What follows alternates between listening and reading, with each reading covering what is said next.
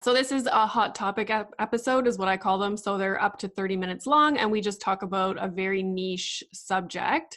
So today I'm talking with Royah Loie. Is it Loie? Yep. Ah, nice.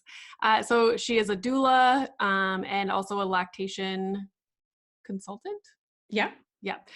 So today we're talking about what doulas do because I think there is a misconception. And I think if people don't look into it, they probably confuse it with a midwife, and they are totally different. So yeah, we're going to talk about what a doula does, how they can help you in labor and delivery, but also in postpartum, and how we can better prepare for the postpartum period, because I think so many people focus on labor and delivery and stress about it and over prepare for that part, but nobody really prepares for or thinks about the postpartum period. Like as soon as you get home, like now what? So we're going to talk about how doulas can help in the postpartum as well. So to start, I thought you could just explain to us what a doula is and maybe how they differ from a midwife. For sure. So, doula is actually a great term, and its definition is a woman who serves, but nowadays it's more used in birth circles as in a labor support person, like a labor support coach. But we also have postpartum doulas who help moms in the postpartum period. And a lot of people have asked, well, what's the difference between a doula and a midwife? And what I say to that is doulas their scope of practice, they don't actually help mothers deliver a baby or birthing people deliver a baby. They don't do any medical tasks. They don't do any specific charting that's medical related, unless they're recording it for purposes of knowing how long the labor was, and giving that feedback and that information. But basically, yeah, they're just like a coach, and they can help you with comfort measures and coping techniques and breath work, and they provide physical and emotional and informational support during birth, which is incredibly valuable, especially for first-time parents who are going into an environment where they don't know what's going on. They're being told by hospital staff or even their midwifery team what's going on. And a lot of times there are excellent care providers who provide additional information, but it really helps to have that person who doesn't work for the hospital, who's solely working for the parents, and is an advocate for them. So yeah, that's basically what a doula does. Yeah, when I was pregnant, my husband and I took a labor class. It was like an afternoon thing with a doula where we lived, and I loved it so much. So I signed up to have a doula for my labor and delivery, like in the hospital. And then turns out our rules in like the hospital where I gave birth was I could only have two people, and I really wanted obviously my husband there and my sister who's a nurse. So I was like, at the end of the day, like I did everything with the doula, which was great because like we did the birth what did she call it? She didn't call it a birth plan, birth preferences like sheets. So what to expect and what my options were at like along the way, which was super helpful. But she never ended up coming to the labor and delivery because of the rules that we had. But yeah, I was like, it's a person who's literally just there to support you and be there for you. Like, that's it. I loved that part of it. So why do you think that I kind of have an idea, like what I think, but why do you think people focus so much on labor and delivery and not so much the postpartum period? Yeah, I've noticed it's primarily because of that fear our culture and people have with regards to birth. Because over the centuries, we didn't have the medical technology we have nowadays to help people if, complication arise, with like C-sections, and they can be life-saving. But then again, for healthy women who don't need them, we're seeing an increase in C-section rates in some hospitals that basically, they don't need to be that high Yeah. because yeah, a lot of women are induced when they don't need to be, and they're completely healthy, and they could possibly, give a vaginal or have a vaginal or a natural birth. But they're definitely life-saving. But yeah, the reason people don't focus on the postpartum period a lot is because of that fear of childbirth. They want to prepare for it so much. Let's take the childbirth classes, let's know everything, let's read the childbirth books. But like, even for me, like before I became a doula, when I first became a mom, I was like, oh shit, like nobody told me Exactly. like what the postpartum period is like the lack of sleep, the body changes, the hormonal changes. I mean, it's a lot for a human being to withstand, and on top of that, to be taking care of another new human being in this world. Mm-hmm. So yeah, I always encourage like my clients to meet with a postpartum doula or have a postpartum plan. I mean, you don't, even if you have support people like family members, like it could be your spouse where you're listing out, responsibilities and tasks you won't be taking on for a period of time. A lot of cultures, like they say, the first 40 days are sacred. It's just for mom and baby to rest together, to breastfeed, or just to heal in that time period. And yeah, if there are other family members that can support. Some people though don't want, certain family members involved in their caretaking. They would rather have a professional from outside come who's highly skilled in certain tasks or in newborn care. And that's where a postpartum doula can be really, really helpful. Yeah.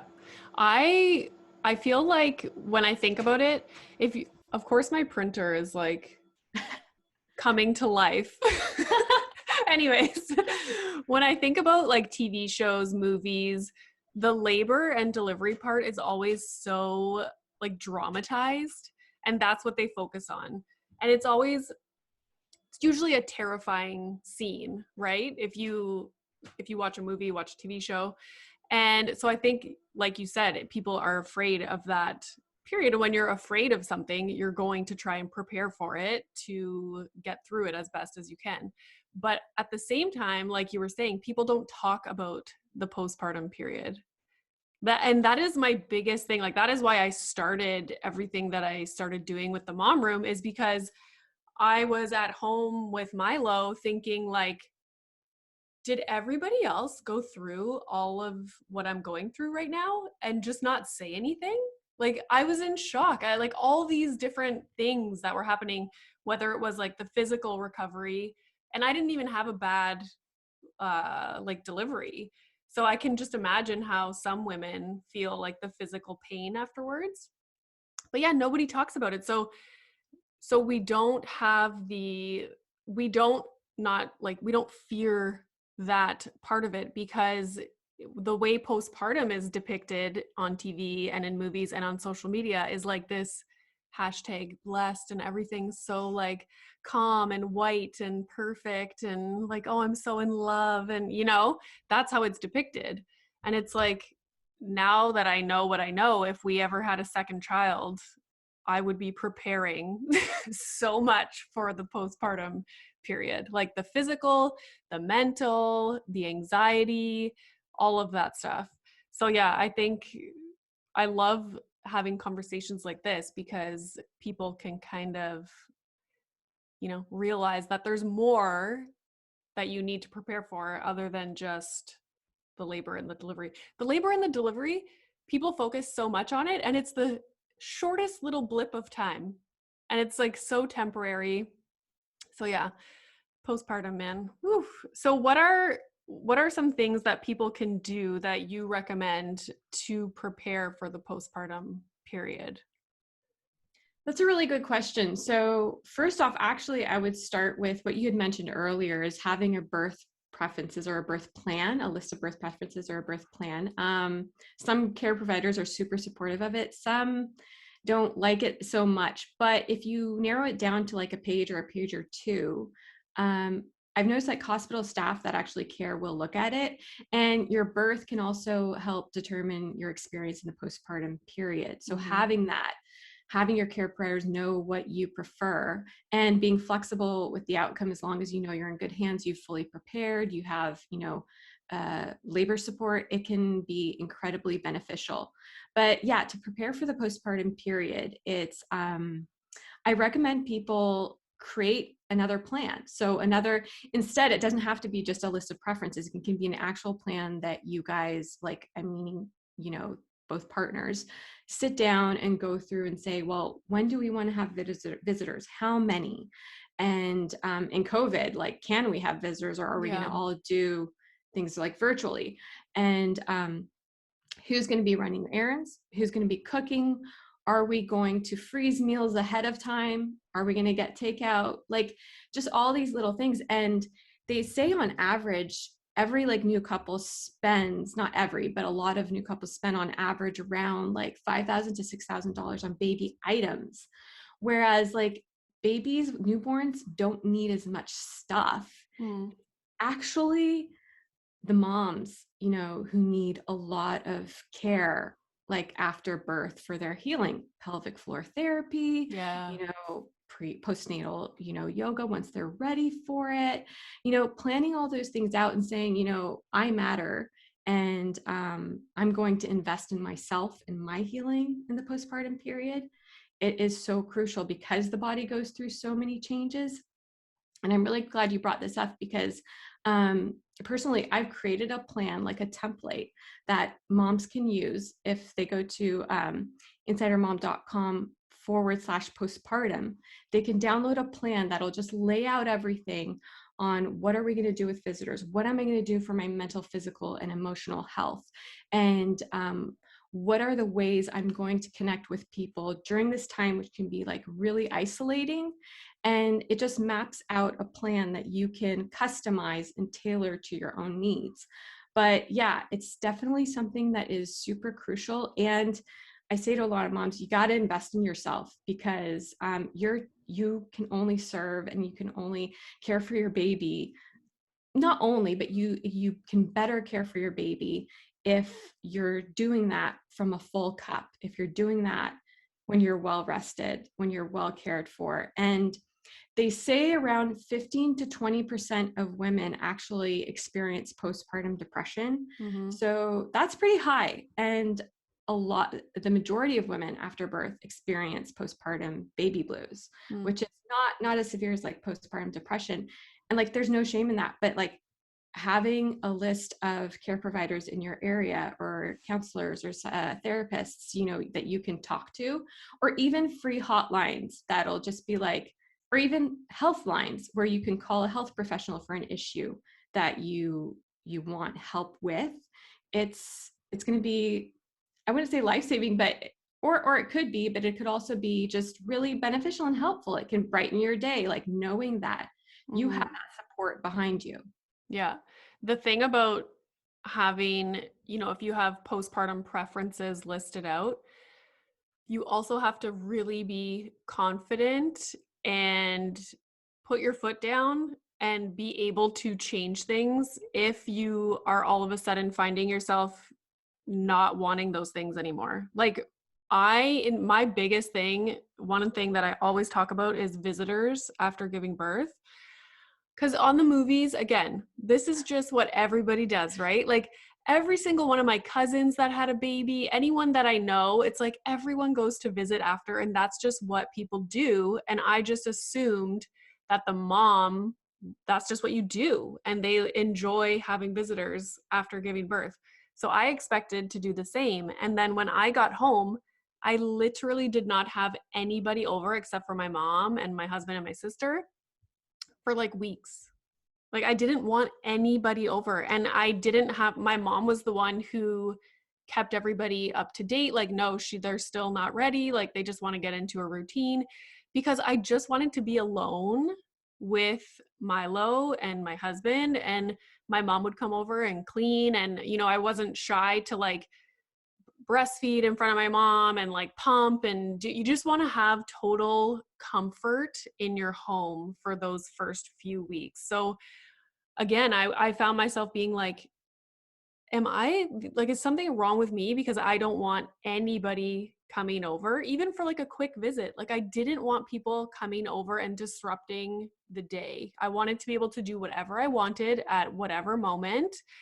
And like, I'm so happy that I was confident enough and didn't feel guilted into having people come over. But so many moms that I hear from felt the exact same way, and they had, you know, really bad postpartum anxiety, and they didn't want people holding their baby, but they felt bad to say something. And so that's probably another benefit to have something like a postpartum doula, as, you know, a person that you can communicate your feelings to, and that they could be like that support system to say, no, this is totally normal. And, you know, tell people that you're going to be taking visitors in a few weeks, but you're just not ready right now. And so I think that's really important. The visitors thing was like so eye-opening to me. And it turns out that it's so common that people don't want visitors. And you're absolutely right. And that's totally valid. And it's actually something that's not always recommended, like to have a ton of visitors, because when you're trying to start breastfeeding, when you're trying to bond as a new family, when you're trying to get to know your baby, you want to do that, you know, with a limited amount of people. You want to actually have that time and actually not be on display or not, you know, serving other people food and tea, you know, when they come over. And if they do come over, like, or if you do allow certain people to come over, you can ask, hey, you know, can you help out with this chore or this task, you know?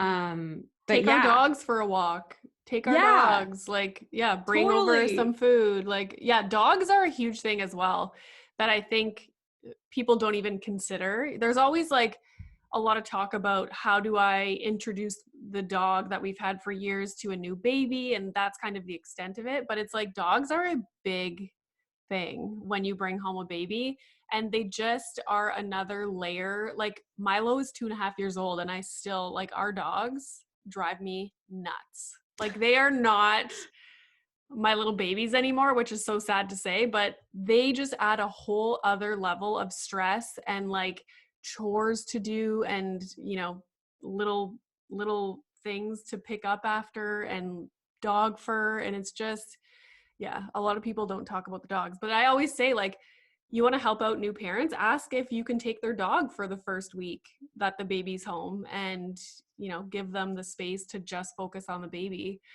But yeah. Oh Totally. man. Yeah. So a postpartum doula, do they come and visit regularly? Like, how does that work? If someone were to hire a postpartum doula, what does that look like? Basically, it's up to the family, up to the birthing person. If they've just had a baby and they want a postpartum doula for a day or two or a couple weeks, they can hire a postpartum doula for that amount of time. And it really helps if they've received training, but it could be, you know, it could just be if you don't have the funds to hire someone, it could just be a really supportive family member or really supportive friend. Also with, you know, COVID or the situation we're in, you would have to work things out and plan how you would do that in a safe way. You know, if they would be staying with you for a longer Mm, period of time or self-isolating prior to that. But in general, it's totally up to you as far as how long you want a postpartum doula to help you. Another thing to note though, if you know you want that birth support and you want a birth doulas normally offer 1 to 2 postpartum consults, and they're connected to other doulas, postpartum doulas in the community, and they can provide, you know, really good recommendations. So that is one thing to consider too. So if you're looking for both, you can ask and just look around and see who the best fit for you would be, and you can interview them and see, you know, if they're right for you and your family, and if you feel comfortable with them, because in the period after birth, you want to be comfortable, like you mm. said, you know, in your own home around the people that you're around.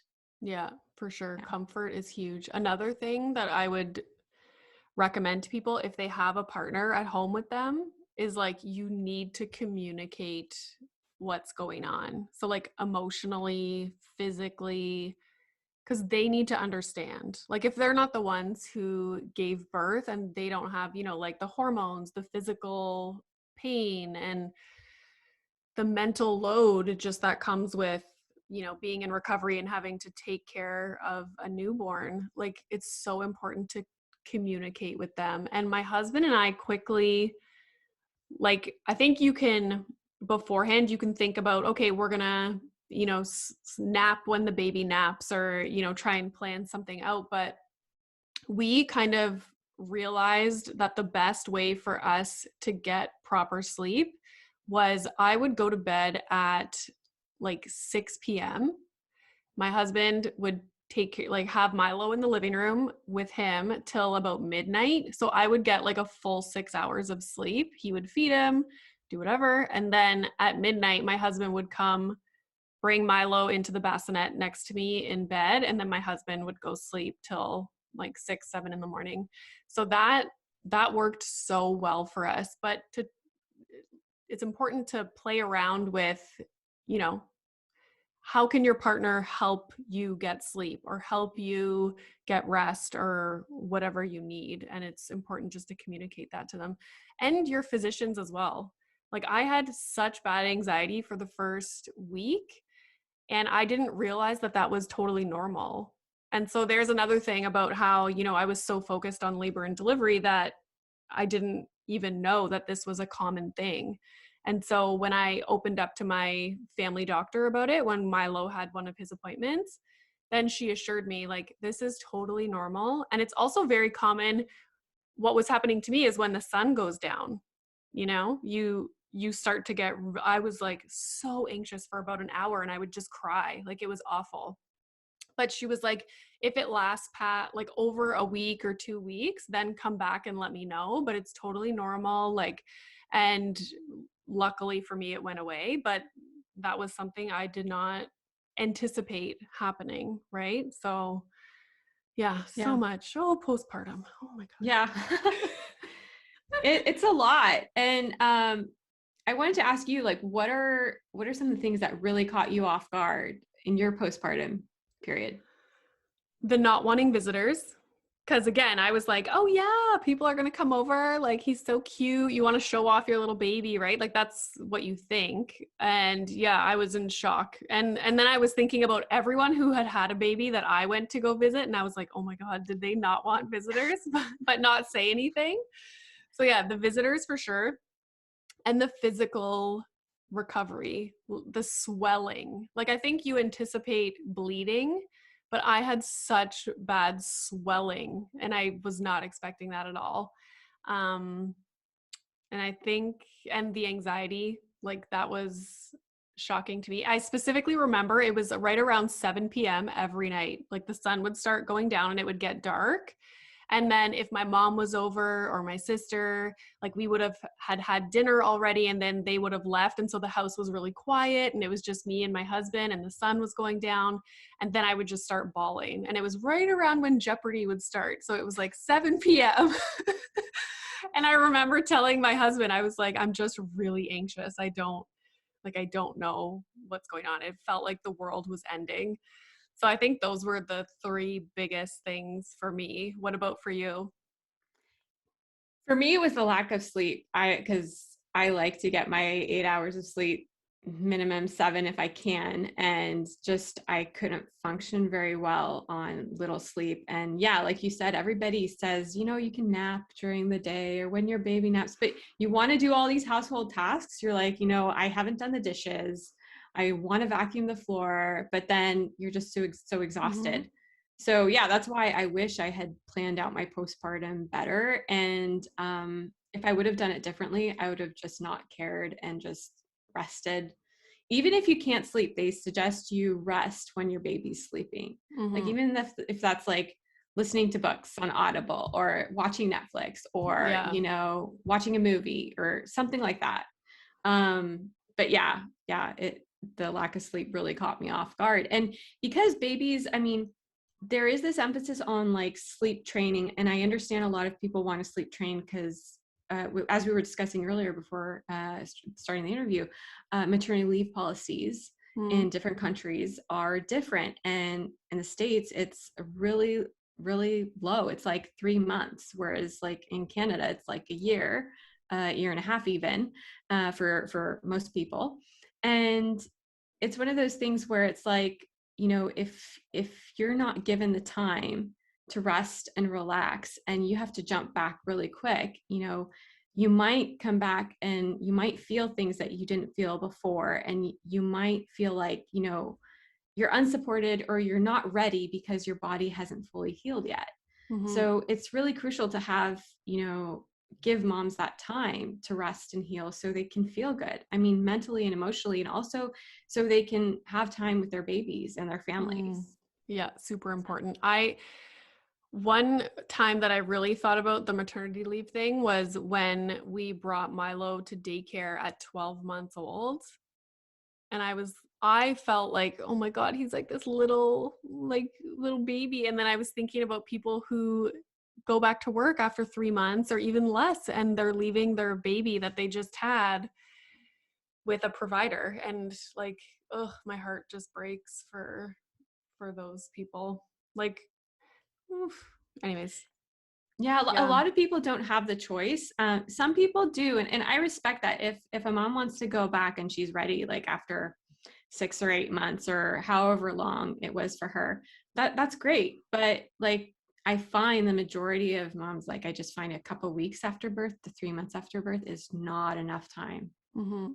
Yeah, No. And it's all dependent upon the person's situation as well. Like there's exactly, so many things to consider. Like, do they have outside support? Do they have a partner at home? Do they have, things like that make it easier to return to work or not, you know? exactly. There's like huge variables there. Oh, anyways. All right. Well, we will end this episode there. Thank you so much for talking with us. Where can people find you online? No problem. They can find me on Instagram or Facebook or Pinterest at The Insider Mom at all three, or insidermom.com. And yeah, if anyone's looking for postpartum resources, at insidermom.com/postpartum, there's a postpartum plan template they can follow. It's super helpful. And yeah, Awesome. And you have a podcast. yes, the Insider Mom podcast. Okay, good. So we're going to go record an episode for her podcast now as Yes, well. So go and check that out after you listen to this one. All right. perfect. Thanks.